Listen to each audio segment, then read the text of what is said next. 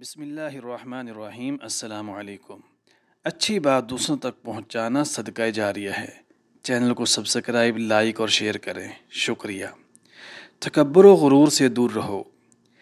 ابن جوزی رحمۃ اللہ علیہ کہتے ہیں، ذکر و اذکار کی مجلسوں میں میرے ہاتھ پر 1,00,000 سے بھی زائد افراد نے اپنے گناہوں سے توبہ کی اور 200 سے زائد لوگ دائرہ اسلام میں داخل ہوئے۔ نیز میرے وعظ و نصیحت سے کتنے ہی پتھر نما آنکھوں نے آنسوؤں کے سمندر بہائے جن کا کبھی رونا محال تھا۔ جس آدمی کو یہ انعام و اکرام حاصل ہو جائے، پھر وہ اگر خیر کی امید رکھے تو یہ اس کا حق بجا ہے، لیکن بسا اوقات میری آنکھوں کے سامنے خوف کے اسباب رونما ہو جاتے ہیں جو میری کوتاہیوں اور لغزشوں کی نشاندہی کرنے میں تھوڑا سا بھی بخل سے کام نہیں لیتے۔ ایک دن کا واقعہ ہے کہ میں بیٹھا ہوا تھا اور میرے ارد گرد بہت سارے افراد اکٹھے تھے۔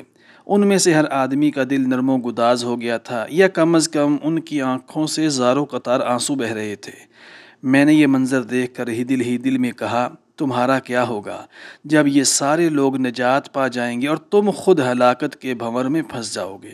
یہ سوچتے ہی میں عالم تصور میں چیخ اٹھا، یا الہی، میرے آقا و مولا، اگر کل کو تو نے میری قسمت میں عذاب لکھ دیا ہے تو میرے عذاب کے متعلق ان لوگوں کو جو میری مجلس میں بیٹھے ہیں مت بتلانا، اپنی شان کی حفاظت کے لیے، نہ کہ میرے لیے، تاکہ یہ لوگ یہ نہ کہیں کہ رشد و ہدایت کی راہ بتلانے والا جہنم رسید ہوا۔